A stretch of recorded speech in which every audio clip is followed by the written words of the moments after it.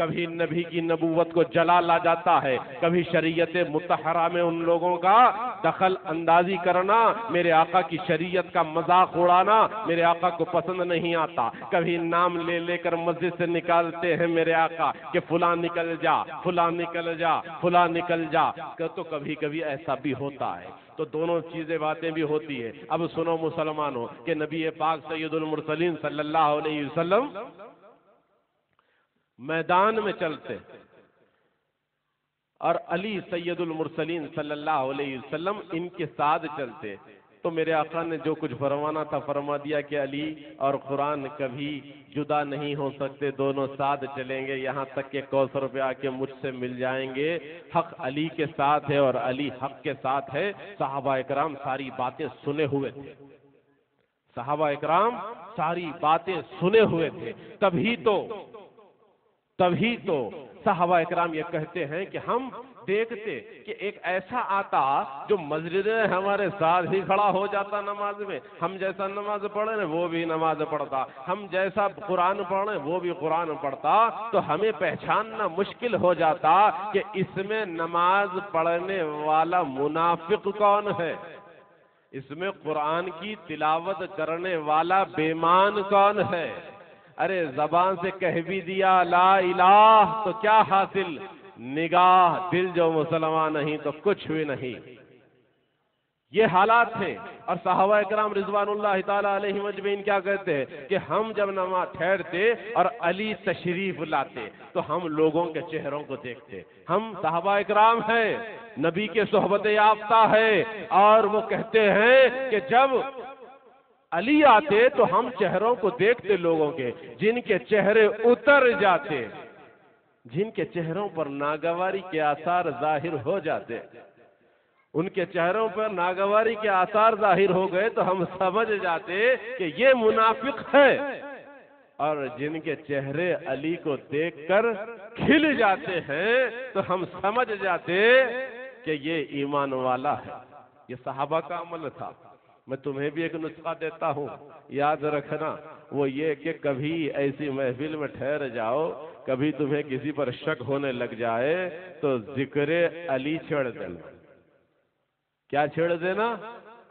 ذکر علی چھیڑ دینا۔ اب اس کے بعد دیکھنا کہ کتنوں کی اترتے ہیں، کتنوں کے کھلتے ہیں۔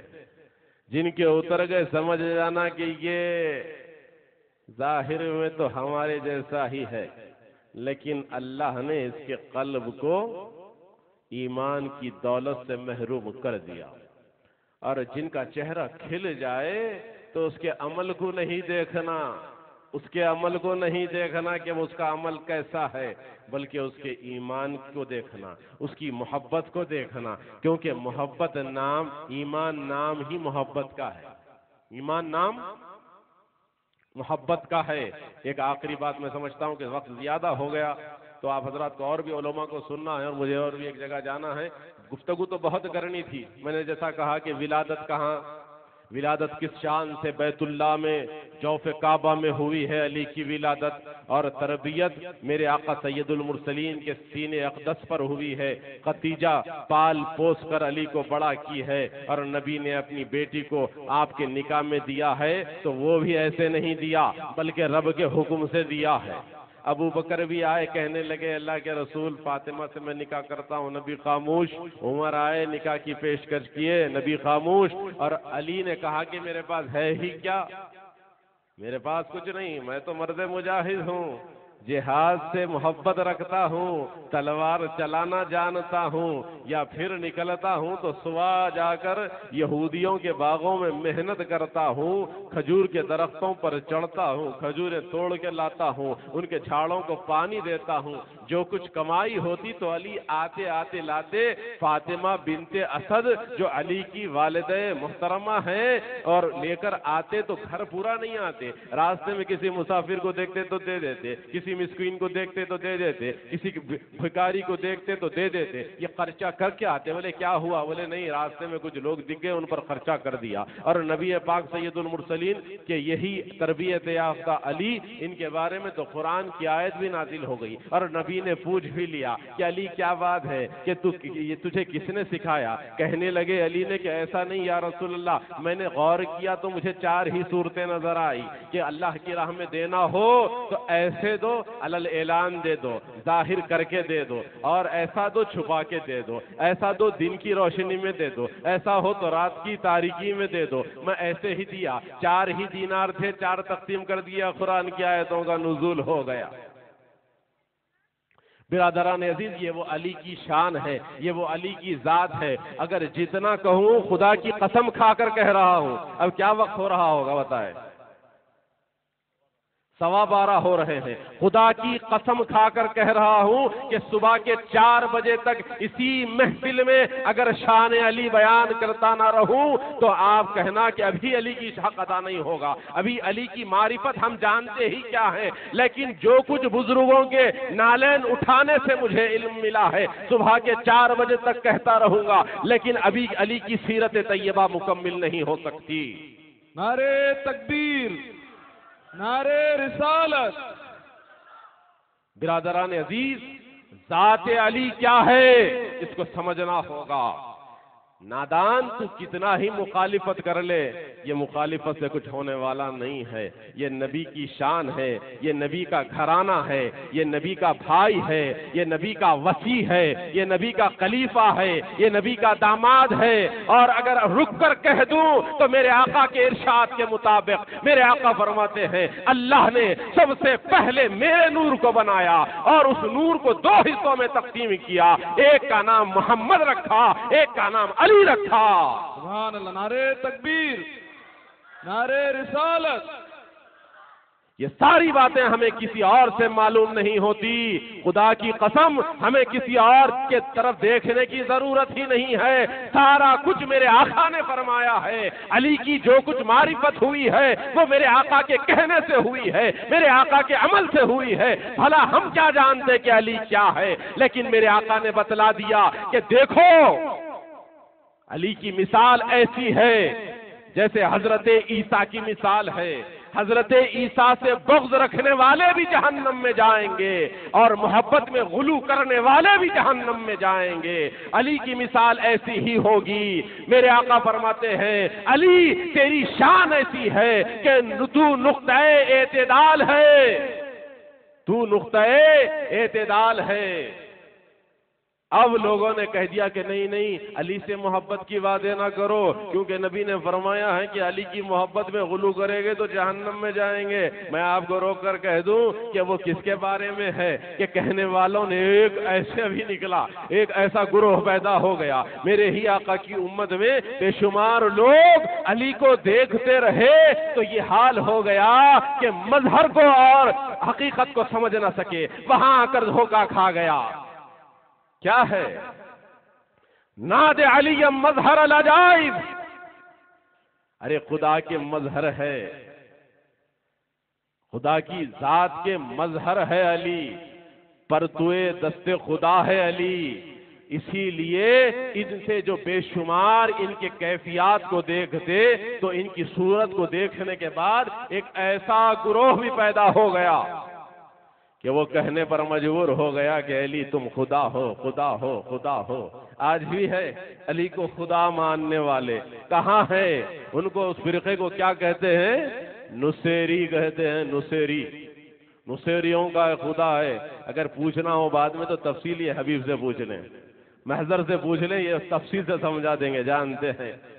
تو ان لوگوں کا ایک ایسا گروہ ہے جو, اور یہ لوگ بات کرنے پر راضی نہیں, ان کا معاملہ سیدھا مباہلے پر آ جاتے ہیں, اور وہ مدد تو مل رہی ہے لیکن عقیدہ غلط. تو مغالطہ یہی ہے, مبالغہ یہی ہے کہ علی کی ذات میں اتنا مبالغہ کر دیا کہ مظہر خدا کو خدا سمجھنے لگ گئے. تو نبی نے فرما دیا تھا کہ علی کی محبت میں اتنا غلو کرنے والے غلو کر جائیں گے کہ علی کو خدا بنا دیں گے تو وہ بھی غلط ہو جائیں گے, وہ بھی گمراہ ہو گئے, وہ بھی جہنمی ہو گئے. اور جس نے علی کی ذات سے بغض رکھا, کس نے رکھا؟ خارجی فرقہ جانتے ہو نا؟ کب نکلا یہ خارجی فرقہ؟ حضرت میرے آقا سید المرسلین ہماری نظروں سے پردہ فرما گئے. اعلیٰ حضرت نے فرمایا تو زندہ ہے واللہ، تو زندہ ہے واللہ، میری چشم عالم سے چھپ جانے والے. اب میں یہاں اب حیات مصطفی کو لے کر بات کروں تو ایک لمبی اور بات ہو جائے گی. خیر میں اپنے کلام کو سمٹنا چاہتا ہوں، زیادہ سے زیادہ گفتگو نہیں. مجھے اور ایک جگہ بھی جانا ہے، اور دوسرا یہ ہے کہ مجھے مولانا حبیب احمد الحسینی کی موجودگی کا بھی احساس ہے.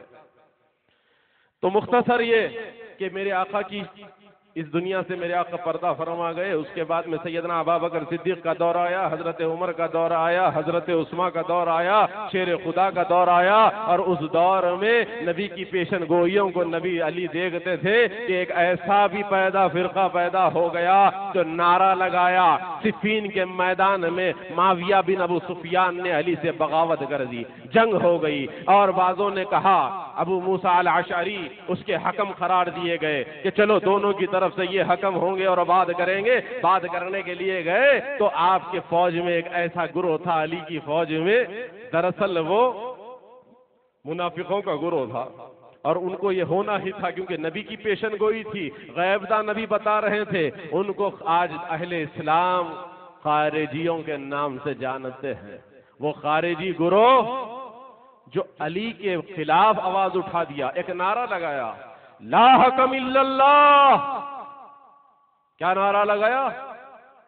حاکم صرف ہمارا اللہ ہی ہوگا، لا حکم الا اللہ، اللہ کے سوا کوئی حاکم نہیں. اب اس کے اوپر جواب دینے والے سیدنا علی نے فرمایا، قرآن کی آیت پیش کر دی کہ دیکھو اگر میاں بیوی میں بھی جھگڑا ہو جائے تو اللہ فرماتا ہے کہ حکم بنا لیں، ثالث بنا لیں. کسی تمہاری لڑکی والوں کی طرف سے دو، لڑکے والوں کی طرف سے دو آئے، بیٹھے بات چیت کریں، فیصلہ کر لیں. جبکہ اگر میاں اور بیوی میں اختلاف ہو جائے تو حکم بنایا جا سکتا ہے. تو پھر ایک باغی میں اور ایک حاکم میں اختلاف ہو جائے تو حکم کیوں نہیں بنایا جا سکتا؟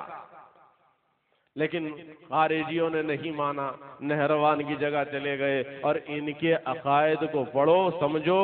حافظ مولانا احمد باوزیر صاحب آپ میں موجود ہیں، ان کو سمجھیے گا، خارجیوں کی تاریخ کو دیکھیے گا، ان کے نظریات، ان کے عقائد کو دیکھیے، اور اپنے اطراف و اکناف میں پھرنے والوں کو دیکھ لیجیے گا تو معلوم ہو جائے گا کہ کون کس عقیدے پر چل رہا ہے. اللہ سے یہ دعا ہے کہ مولا جب تک زندہ رکھ اسلام پر، موت دے ایمان پر، وقت نزا میرے آقا سید المرسلین کا دیدار نصیب فرما. سبحان ربک رب العزت عما یصفون وسلام علی المرسلین الحمد للہ رب العالمین. سبحان اللہ. حضرات گرامی، یہ تھے حضرت العلامہ سید شاہ اولیاء حسین مرتضیٰ پاشا قبلہ جو مفصل طور پر ہم تمام کو مخاطب کر رہے تھے. اہل بیت اطہار کے توسل سے حضور السلام کا عظمت کا پہلو ہم کو بتایا جا رہا تھا. اب میں بغیر کسی تاخیر کے گزارش کرتا ہوں داعیہ محفل موسیٰ بہجہ صاحب سے کہ بارگاہ اہل بیت اطہار میں نذران عقیدت پیش فرمائیں.